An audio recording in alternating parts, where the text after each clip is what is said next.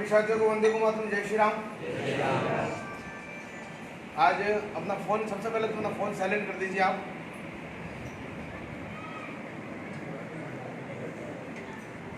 Phone silent कर दीजिए।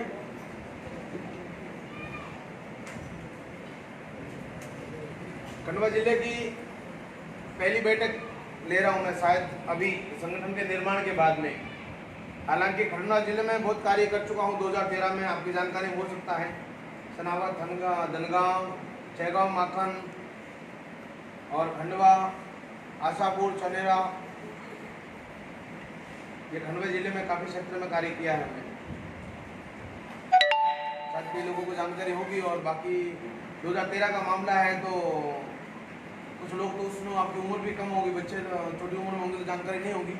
हालांकि भाई साहब ने बताया, इनकी जानकारी में है। अभी मुझे भाई साहब ने बताया कि आपके इस क्षेत्र में वापस तस्कर लोग एक्टिव हो चुके हैं, ऐसा सुनने में आ रहा है। हालांकि 2013 में इन लोगों को जड़ से खत्म कर दिए थे तस्करों को।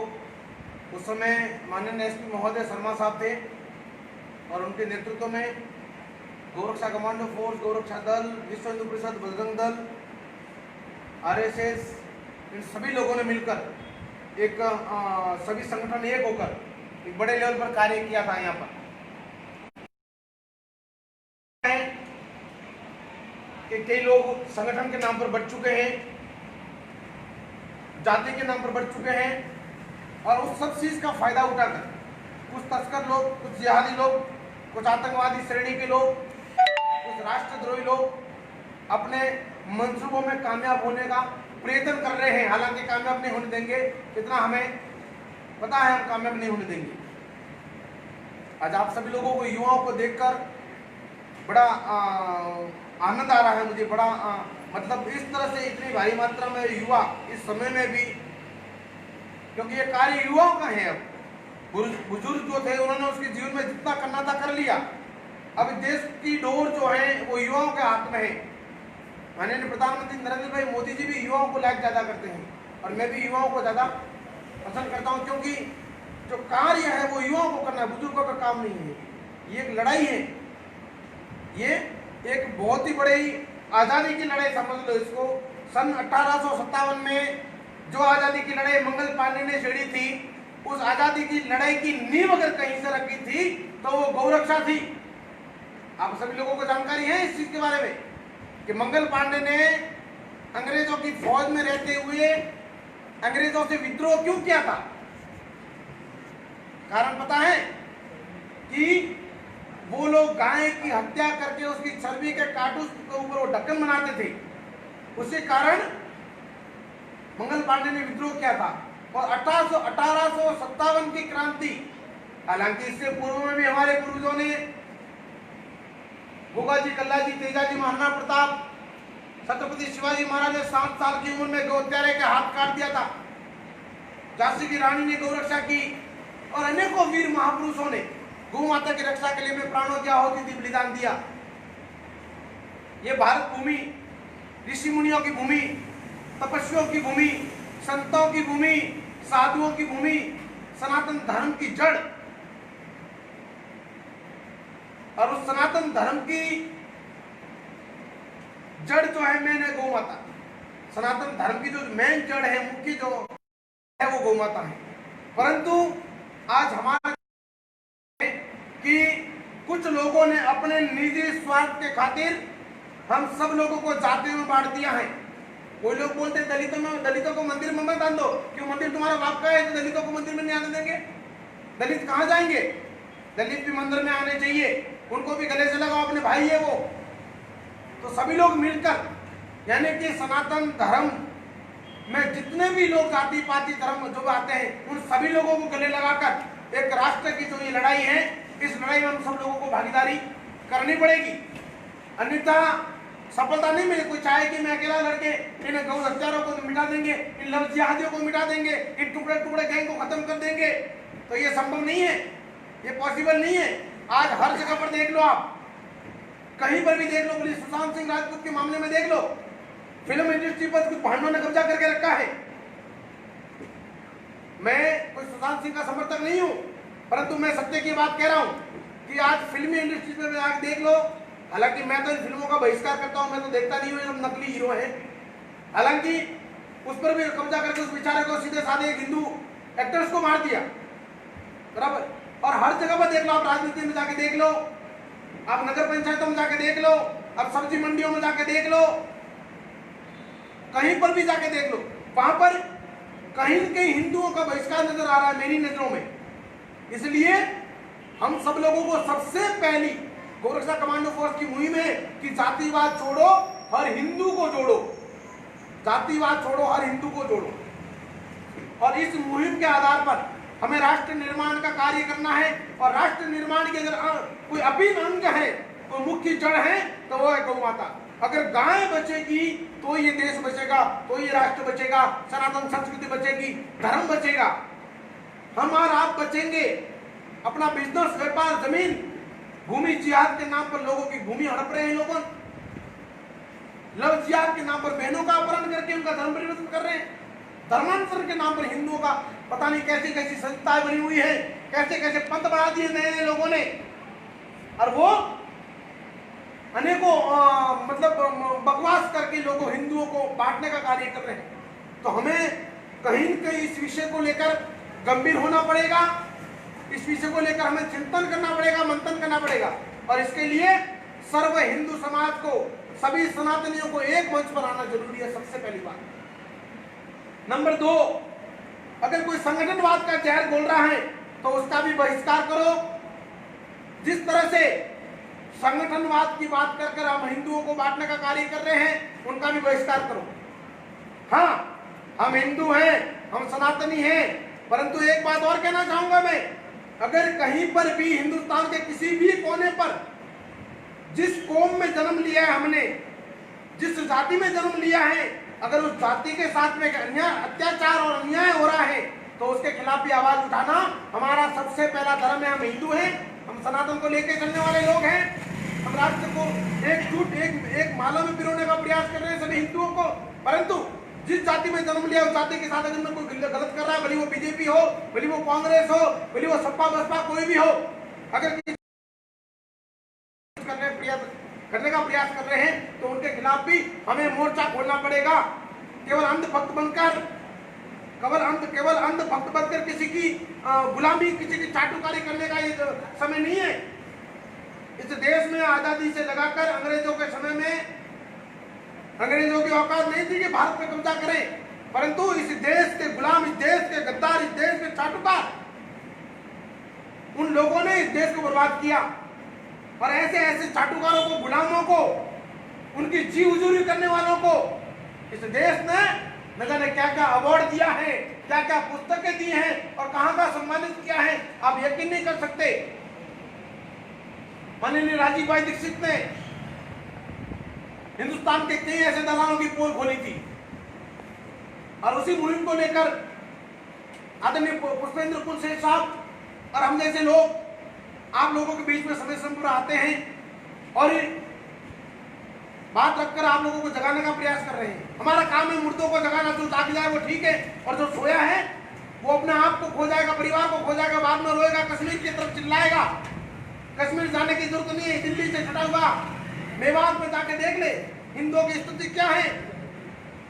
बंगाल के अंदर मालदा में जाके देख ले, केरल, आसाम जैसे कई ऐसे अनेकों सेक्टर हैं जहां पर हिंदुओं के साथ में इतना अत्याचार हो रहा है जो आप यकीन नहीं कर सकते, विश्वास नहीं कर सकते, आप मान नहीं सकते। इसलिए हमें किसी की बातों में बहकर जातिवाद का जहर नहीं घोलने देना है, हमें आपस में बंटना नहीं है। सबसे बड़ी बात है कि गौ माता को कैसे बचाएं। आज देश के अंदर गौवंशों की संख्या धीरे धीरे खत्म हो रही है, आप यकीन नहीं कर सकते। सन 1947 का आंकड़ा देख लो और आज का आंकड़ा देख लो, गौवंशों की कमी, गिरावट, हिंदू बढ़ते जा रहे हैं, हिंदू बढ़ते जा रहे हैं, और उससे ज्यादा ये बड़े के पैजामे और छोटे के कुर्ते वाले बढ़ते जा रहे हैं, और गाय की जो जनसंख्या है वो कम होते जा रही है। कारण क्या है? कौन जिम्मेदार है? सरकारें। जब राजनीति की बात आती है, वोट बैंक की बात आती है, इलेक्शन का माहौल आता है, तब हिंदुओं को कभी कहीं कोई मंदिर जाके उल्टी जरूरी पहनेगा, कोई तो कपड़े के ऊपर ही जमीन डाल देते हैं, कोई गाय की पूजा करने लग जाएगा, कोई कुछ करने लग जाएगा और इलेक्शन खत्म हो गया अपनी अपनी तिजोरियां भरने में लग जाते हैं लोग। इसलिए हमें इन लोगों की नींद हराम करनी पड़ेगी और नींद हराम करने का कारण है कि हमारी राष्ट्र की धरोहर सनातन संस्कृति की जड़ गौ माता को राष्ट्रीय माता के पद पर सुशोभित करे और देश के ऊपर लगा हुआ कलंक, गौ हत्या रूपी जो कलंक है, उस कलंक को हमेशा हमेशा के लिए मिटाना पड़ेगा सरकारों को। बहुत बढ़िया काम किया मोदी जी ने, 370 से लगाकर भगवान श्री राम जी का मंदिर से लगाकर अनेकों इतने जो कार्य किए, हम उनके कार्यों को शुरू करते हैं, नमन करते हैं। शायद भारत का पहला प्रधानमंत्री है जिसको देश के प्रति चिंता है।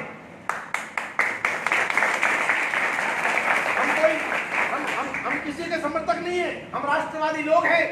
इसलिए कहते हैं कि भारत का प्रधानमंत्री कोई भी हो, भारत का प्रधानमंत्री भले कोई भी हो, परंतु जब इंग्लैंड और अमेरिका की सड़कों पर भारत का प्रधानमंत्री कदम रखता है तो वहां पर भारत मां का जयकार का नारा लगता है। हमारे लिए गर्व की बात वो होनी चाहिए। भारत माता की जय, भारत माता की जय। जापान के प्रधानमंत्री को हमारा धार्मिक ग्रंथ गीता देकर जब उनका सम्मान करते हैं तब हमें गर्व होता है। जब मंचों पर विदेशों में जाकर एकदम सीना तान के खड़ा रहकर भारत मां की जय बोलता ही नहीं बल्कि बुलवाता है लोगों से। आज इस गणतंत्र दिवस पर मैंने सुना, मैंने देखा कि विदेशों में भी तिरंगे फैलाए गए। तो आखिर में ये मोदी जी के कार्यों की प्रशंसा हम करेंगे, इसमें कोई दौरा नहीं, परंतु मेरा निवेदन है माननीय प्रधानमंत्री नरेंद्र भाई मोदी जी से कि 2013 में आपके इलेक्शन से पहले 2013 में दिल्ली के अंदर गौ ज्ञान फाउंडेशन के मंच पर स्वर्गीय सुषमा स्वराज जी जो आज दुनिया में नहीं है, उनके शब्द, उनकी भावना, उनकी पीड़ा, उनकी तकलीफ में आप लोगों को बताना चाहूंगा। हम उससे नकार नहीं सकते। सुषमा स्वराज जी ने हमारे मंच पर कहा था कि 2014 में अगर हमारी सरकार आई तो इस देश में से गौ हत्या रूपी जो कलंक है उसको हमेशा के लिए मिटा देंगे, पिंक लेवल खत्म कर देंगे, गौ मांस का निर्यात बंद कर देंगे। ये सुषमा स्वराज जी के शब्द हैं, ऑन रिकॉर्ड मेरे पास है। तो मेरा निवेदन है भारतीय जनता पार्टी की सरकार से, केंद्र सरकार से कि अब वो देवी इस दुनिया में नहीं है, परंतु उन्होंने आपके इलेक्शन को लेकर जो जनता को विश्वास दिलाया था, जो गौ भक्तों को जो वादा किया था, उस वादा पूरा करने का समय अब आ चुका है। आपने बहुत कार्य कर लिए, अब सबसे बड़ा कार्य है गौ हत्या, जो हमारे 100 करोड़ हिंदुओं की भावना से जुड़ा हुआ मैटर। और कई क्षेत्र ऐसे हैं कि प्रदेश सरकारें कहती है कि हमने कानून बना लिया, हालांकि मध्य प्रदेश में आपके कानून है, उसके बाद भी धड़ल्ले से गाय की तस्करी हो रही है, धड़ल्ले से गाय की हत्या भी हो रही है यहाँ पर। ये मुझे पता है। तो कहीं न कहीं मुझे ऐसा लगता है कि या तो प्रशासनिक अधिकारी जो हैं वो उनको नजरअंदाज कर रहे हैं, कोई राजनेता लोग नजरअंदाज कर रहे हैं, तो उसमें कहीं न कहीं राजनेताओं को, प्रशासनिक अधिकारियों को इस मामले को गंभीरता से लेना पड़ेगा, क्योंकि जितना देखा, जितना सहन किया उतना किया। अब हिंदू सहन नहीं करेगा गाय की हत्या। गौ हत्यारों के खिलाफ में केंद्र सरकार से निवेदन है कि गौ हत्या के खिलाफ में एक ऐसा कानून पारित करे जिसमें धारा 302 का प्रावधान हो और 45 दिन में डिसीजन आना चाहिए। 45 डेज, इससे ज्यादा नहीं। 45 डेज का एक लिमिट रहे, 45 डेज में वो फैसला हो और जिसमें धारा 302 लगे और उन गौ हत्यारों को आजीवन कारावास या फांसी की सजा, ऐसा कोई प्रावधान लाए। क्योंकि सभी लोग मानते हैं, सभी लोग गौ माता प्रधानमंत्री जी खुद गौ माता की पूजा करते हैं, गौ माता वो भी करते हैं। और 4 वेद 6 शास्त्र 18 पुराणों में जिसको गावो विष्णु मां का दर्जा दिया गया है, सनातन धर्म की सबसे बड़ा भगवान अगर कोई कहे, चलता फिरता मंदिर कहे, चलता फिरता अस्पताल कहे, तो वो गौ माता है। पूर्व में हमारे ऋषि मुनियों ने गौ माता के आधार पर इस देश को चलाया है, इस धरती को चलाया है। जिस भगवान राम के मंदिर के लिए इतने सालों तक लड़ाई चली और अब जाके सफलता मिली, ये हम सबके लिए बहुत ही बधाई का मोदी जी के लिए। मोदी जी ने जो कार्य किया है, बहुत वंदनीय कार्य किया है, ये हम मोदी जी को बधाई देते हैं। परंतु मोदी जी सहित राम मंदिर की लड़ाई लड़ने वाले सहित इस देश के सभी हिंदुओं से मेरा एक सवाल है कि जिस भगवान श्री राम के मंदिर के लिए जिन जिन लोगों ने लड़ाई लड़ी, क्या आप लोगों ने सोचा कि वो राम इस धरती पर क्यों आए थे? विप्रधेन सुर संत हित लीन मनुज अवतार।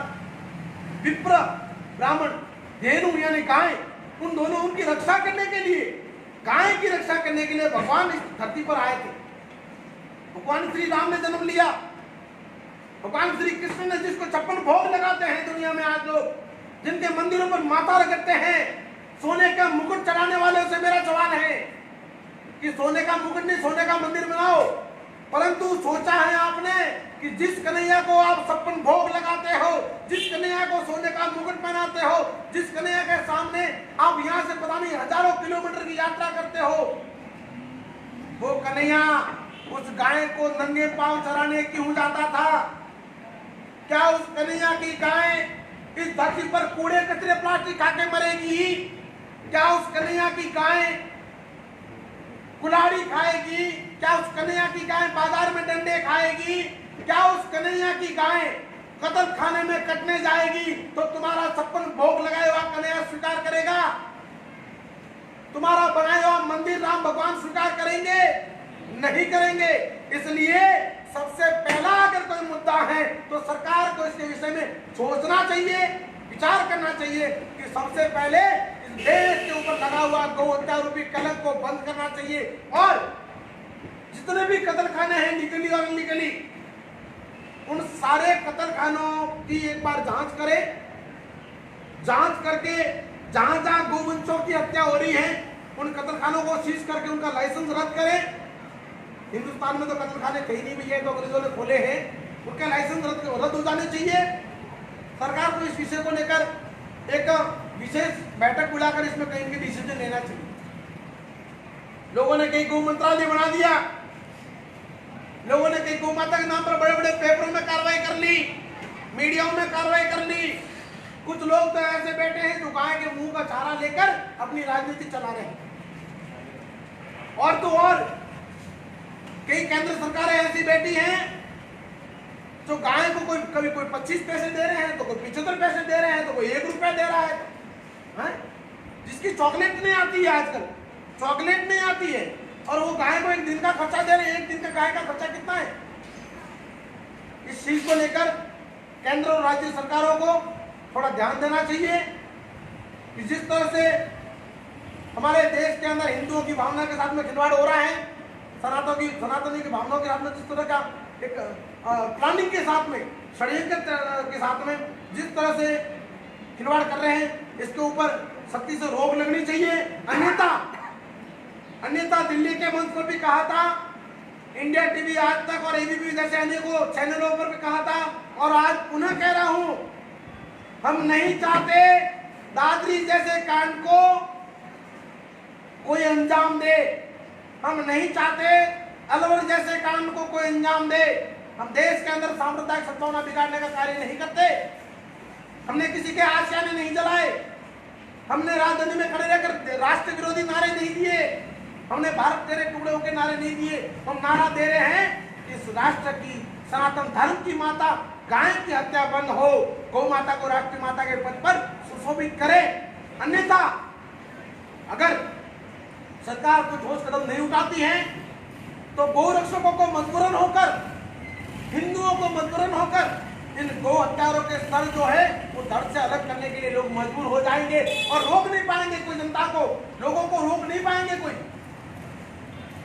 जहां गाय कटेगी वहां गौ हत्यारा भी काटा जाएगा, इसमें कोई दौरा नहीं। इसलिए सरकारों को देश में अमन और शांति का संदेश देने के लिए हमारी भावना को देखना चाहिए, विचार करना चाहिए। और आप सब लोगों से मेरा निवेदन है, आप सभी लोगों से निवेदन है कि आप लोगों को भी अपने अपने स्तर पर, अपने अपने क्षेत्र में, अपने गांव गली नुक्कड़ मोहल्ले तहसील जिले प्रदेश में एक मजबूत युवाओं की टीम तैयार करें। टीम तैयार करके कहीं पर भी अगर गाय को कोई लठ मार रहा है तो उसके खिलाफ में कार्रवाई करें। कोई भी गौ माता के साथ में किसी भी तरह का अत्याचार कर रहा है तो उनके खिलाफ में कार्रवाई करें। अगर गाय की पन्नी खा रही है तो उस क्षेत्र से आवेदन देकर पन्नियां वहां हटवाने का नगर पालिकाओं को निवेदन करें, गौ माता अगर बाजार में घूम रही है तो उनके खाने पानी के लिए व्यवस्था करवाने का प्रयास करें, गौशाला खुलवाने का प्रयास करें, गौशाला में सहयोग करें, खुद अपने हाथों से सेवा करें। आज भारी मात्रा में प्लास्टिक खा के भी गाय मर रही है, आपको जानकारी है। तो उसके लिए भी हमें केंद्र सरकारों से, जिला अधिकारियों से, प्रदेश सरकारों से निवेदन करके इसके लिए भी कोई न कोई विशेष ठोस कदम उठाने की आवश्यकता है और सरकारों से निवेदन करना चाहिए हमें लीगली तरीके से। नंबर 2, मैं बैठक में हूँ, बाद में करता हूँ ना, मैं बैठक में हूँ, लाइव चल रहा है बैठक में। नंबर 2, गौ रक्षा की बात मैंने आपको बताई कि ये अभिन्न अंग है हिंदुओं की, सबसे बड़ा मैटर है ये, और इसके लिए सरकारें, बाकी तो किसी से आस नहीं है हमें, जो सरेआम केरला की सड़कों पर गाय काटने वालों से हमें आस नहीं है कि वो हमारी गौ माता की रक्षा करेंगे, जो किसी भी तरह के हिंदुत्व को नहीं मानते, ऐसी सरकारों से, ऐसी पार्टियों से हमें आस नहीं है। हालांकि जो गाय का झंडा लेके घूम रहे हैं, भगवे का झंडा लेके घूम रहे हैं, राष्ट्रवादी बनकर घूम रहे हैं, उन लोगों से मेरा सवाल है कि ये कार्य आपके नेतृत्व में आपको करना है। आपको पता होगा एक आंदोलन हुआ था सन 1966 में दिल्ली के अंदर, संत श्री कृपाल जी महाराज के द्वारा। कितने लोगों को पता है दिल्ली में आंदोलन हुआ था कृपाल जी महाराज के बारे में? किन किन लोग जानते हैं? कितने लोग जानते हैं? बताओ। जिन महात्माओं ने, जिन महापुरुषों ने गौ माता की रक्षा के लिए गोलियां खाई, प्राणों की आहुति दी, उनके बारे में जानकारी भी नहीं है, क्योंकि ये आपकी गलती नहीं है। ये 60 साल 70 साल तक राज करने वाली उन सरकारों ने हमारे उन महापुरुष, उन वीर योद्धाओं को छिपाने का कार्य किया, उनको गलत तरीके से दिखाने का प्रयास किया। अकबर को महान बताया तो महाराणा प्रताप कौन तुम्हारा बाप था? ऐसे ऐसे अनेकों कार्य किए, और ये बड़े के पजामे और छोटे के कुर्ते पहन के घूमने वाले उन लोगों को महान बताया। इसलिए आज हम सब लोग कमजोर हैं। ये फट्टू लोग, मैं कह रहा हूं दुनिया में अगर सबसे डरपोक अगर गिद्दड़ कोई लोग हैं तो वो लोग हैं जिन्होंने तलवारों के आगे अपने सलवार खोल दिए। सबसे गिद्दड़ और डरपोक वो लोग हैं जिन्होंने अपने पूर्वजों की आन बान शान को कुर्बान कर दी, निदान कर दी, बदनाम कर दी, बर्बाद कर दी। और आज वो लोग हमें आंख दिखा रहे हैं, वो लोग हमें आंख दिखा रहे हैं। उनका इतिहास देख लो, 4वीं 5वीं पीढ़ी में कोई न कोई राम, कोई न कोई घनश्याम, कोई न कोई ऐसा मिलेगा जो उनके बाप दादा थे, और आज हमें आंख दिखा रहे हैं। और उन लोगों को कैसा मुंह तोड़ जवाब मिला वो आप लोगों ने देखा होगा। हैदराबाद में एक मेरे साले साहब हैं, बड़े और छोटे 2 साले हैं मेरे, पता नहीं कौन कौन आप लोग जानते हैं, मुझे नहीं पता। हैदराबाद में 2 साले हैं मेरे, वो हमेशा मंचों पर कहते थे कि राम मंदिर नहीं बनाने देंगे, फलाना ढिगड़ा ये नहीं करने देंगे, और राम मंदिर बन गया तो भारत का ये कर देंगे, वो कर देंगे, 370 हटी तो ये कर देंगे, वो कर देंगे। पता नहीं कहाँ पर खाला की गोदी में जाके छुप गए, पता ही नहीं चल रहा। समझ रहे मेरी बात को? कहाँ खाला की गोदी में जाके बैठे वो मियाँ लोग, वो क्या नाम उसका भाई का, उसका वो दिख नहीं रहा। हाँ समझ रहे, वो दिख नहीं रहे आजकल कोमा में है। एक को तो पता नहीं क्या हो गया, बीच में मूत दिया अंदर ही हॉस्पिटल में।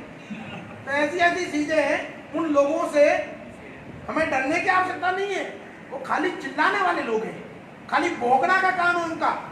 वो भौंकते गए, मंदिर बनता गया, वो भौंकते गए, 370 हट गई, वो भौंकते गए, 35 ये हट गई, वो भौंकते गए, बुर्का वाले वो ये 3 तलाक पर कानून बन गया, वो भौंकते गए, और एनआरसी और सीए लागू हो गई। अब भैया भौंको मत, अब भौंकने की जरूरत नहीं है। अपने कार्ड, अपना पेपर तैयार कर लो, वरना पता नहीं किस समय तार फेंसिंग से उधर कटेंगे, पता ही नहीं चलेगा, है ना। तो ये सबसे बड़ी बात ये है कि उन लोगों से डरने की आवश्यकता नहीं है। ऐसे लोगों से बिल्कुल ना डरे जो हमें डराने का प्रयास कर रहे हैं। लोगों के घर जलाकर वो अपने आप को बहादुर समझ रहे हैं। बेचारे गरीबों के ऊपर अत्याचार करके वो अपने आप को बहादुर समझ रहे हैं। तुमने बेंगलोर क्या जला दिया, अपने आप को तुम बहादुर तोप समझ रहे हैं क्या वो? अरे मूर्खों, हमारे पूर्वजों के बारे में जरा इतिहास पढ़ो। तुमने तो खाली बेंगलोर जलाए हैं, हमने तुम्हारे सिकंदर और बाबर गोरी गजनवी को पिछवाड़ा 9 रंगा करके यहाँ से भगाया था। वो नहीं पता उनको। हाँ, एक लोग आजकल नारा देते हैं जो जीता वो सिकंदर। काय का जीता वो सिकंदर? हार के गया भारत में से और साला ऐसा दिखा दिया वो जीता वो सिकंदर। लोग लिखते हैं, मैंने देखा कई जगह, जो जीता वो सिकंदर। काय का घंटे का जीता वो सिकंदर है? जो हारा वो सिकंदर, या नाक रगड़ के धूल चाट के गया सिकंदर। हिंदुस्तान में नाक रगड़ कर गया है, हार के गया है, उसको बता दे जो जीता वो सिकंदर। तो मेरा कहने का मतलब ये है कि उन लोगों से डरने की आवश्यकता नहीं है। वो लोग केवल और बकवास करने वाले लोग हैं और हमें एक होकर उनको जवाब देना, इस बात का विशेष ध्यान दें। नंबर 2 हमारा मिशन है, सबसे पहला गौ काटने वालों के हाथ काट दो सालों के। नंबर 2 लव जिहाद। मेरा केंद्र सरकार से, मेरा राज्य सरकारों से निवेदन है कि हमारी बहनों के साथ में जिस तरह का अत्याचार हो रहा है, हमारे उन बहनों को बचाने का हमने जो मुहिम छेड़ी है, तो पहले हम आपसे निवेदन किया हमने आपको कि लव जिहाद पर कोई उचित कानून बने और उनके ऊपर कड़ी से कड़ी कार्रवाई हो। कोई ऐसा कानून बने जिससे हमारी बहनों की शादी जो दिखाई है, जो करवा रहे हैं, ये नहीं हो। अन्यथा हमने मुहिम छेड़ दी है कि लव जिहाद रोको, जहां देखो वहीं ठोको। लव जिहाद रोको, जहां देखो वहीं ठोको। उसके बाद में मुकदमे करके हमें भी जेल में डाल देना, हम भी जेल जाके आ जाएंगे, वो भी आ जाएंगे, परंतु हमारी बहनों का लव जिहाद होने नहीं देंगे, उनका धर्मांतर होने नहीं देंगे। सबसे पहले निवेदन है हमारा, हम पहले कुछ नहीं करना चाहते, पहले निवेदन कर रहे हैं सरकारों को, कानूनों को, इन सबसे निवेदन करके आप लोग कुछ न कुछ करें। अन्यथा ये चीज उचित नहीं है, हम इसको स्वीकार कदापि नहीं करेंगे, हमारा समाज स्वीकार नहीं करेगा। इस बात का विशेष ध्यान रहे। और मेरा युवाओं से निवेदन है कि दिन में 2-3 घंटे निकालकर कॉलेज स्कूलों के पास में, मंदिरों के पास में चक्कर लगाएं। वहीं पर भी अब आपको लग रहा है कि हमारी बहन बेटी मंदिर जा रही है, स्कूल जा रही है, कॉलेज जा रही है, कोचिंग जा रही है, वहां पर कहीं पर भी हमारी बहन बेटी के आसपास कोई भी बड़े का पजामा छोटे का कुर्ता पहनकर घूमने वाले, जुए वाली टोपी वाले अगर कहीं दिखे तो उनको उनकी भाषा में जवाब कैसे देना है वो आप सब लोग समझते हैं, हम बताने की आवश्यकता नहीं है।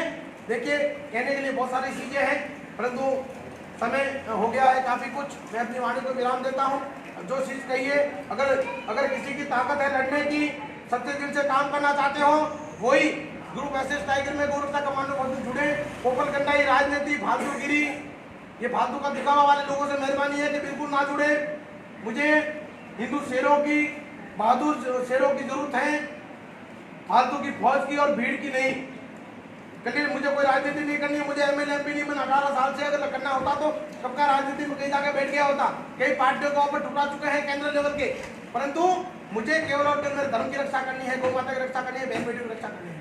इसलिए आप सब लोग मिलकर केवल और केवल धर्म की रक्षा करने वाले लोग, सनातन की रक्षा करने वाले लोग, अपने परिवार की रक्षा करने वाले लोग अगर है सच्चे दिल से, वो लोग जुड़े, उनका सबका स्वागत है।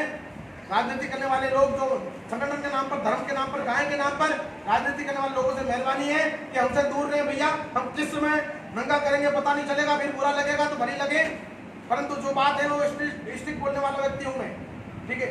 मुझे कोई भाषण देना आता नहीं है भैया। मैं तो कल साफ शब्दों में कह रहा हूँ कि जहाँ धर्म को हानि हो वहां पर हमें हथियार उठाना चाहिए। 50,000 का मोबाइल अपने पास हो ना हो, 20,000 का मोबाइल अपने पास हो ना हो, परंतु घर में एक तलवार, व्यक्ति की एक तलवार होनी चाहिए, ताकि जब अपनी आन बान शान पर, धर्म पर आना चाहे, आत्मरक्षा पर आना चाहे, तब हमें वो उठाने के लिए हम मजबूर हो जाए उस समय। और इस समय में अगर हमें फिर डंडे मिले, लठ मिले, आजकल तो हिंदुओं के घरों में चाकुओं से सब्जी नहीं कट रही भैया, चाकुओं से सब्जी नहीं कट रही, और वो लोग आत्मरक्षा की बात करते हैं कि हम ये कर देंगे, वो कर देंगे, हमारे नेताजी संपर्क में है, हमारे वो साहब हमारे संपर्क में है, कुछ नहीं उखाड़ पाओगे, तुम रोओगे, बिल्कोगे, मरोगे। इसलिए स्वयं की रक्षा करने के लिए, परिवार की रक्षा करने के लिए सबसे पहले एक एक बढ़िया सी तलवार लाके अपने घर में रखें, भगवान माता रानी के सामने रखें और उसको आत्मरक्षा के लिए, धर्म की रक्षा के लिए, परिवार की रक्षा के लिए इस्तेमाल करना चाहिए, ऐसा मेरा मानना है। बाकी मेरी इस बात को लेकर, इस उद्बोधन को लेकर, इस कड़वा उद्बोधन को कि बोली जो कहना है वो कहो, उस बात को लेकर अगर किसी को कोई बुरा लगा है तो कोई बात नहीं, मैं माफी नहीं मांगूंगा, क्योंकि जो मैंने बोला है वो सच बोला है और सच कहने के लिए किसी के बाप से माफी मांगने की आवश्यकता नहीं होती। एक बात कहूंगा, गौ रक्षा कमांडो फोर्स के मिशन नंबर 1, गौ काटने वालों के हाथ काट दो सालों के। नंबर 2, लफ्जियात रोको, जहां देखो वहीं ठोको।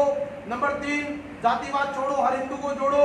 नंबर 4, जब वो सब लोग नहीं माने न जिहादी तो बुर्का हटाओ, चुनरी उड़ाओ, बेटी बचाओ, बहू ले आओ।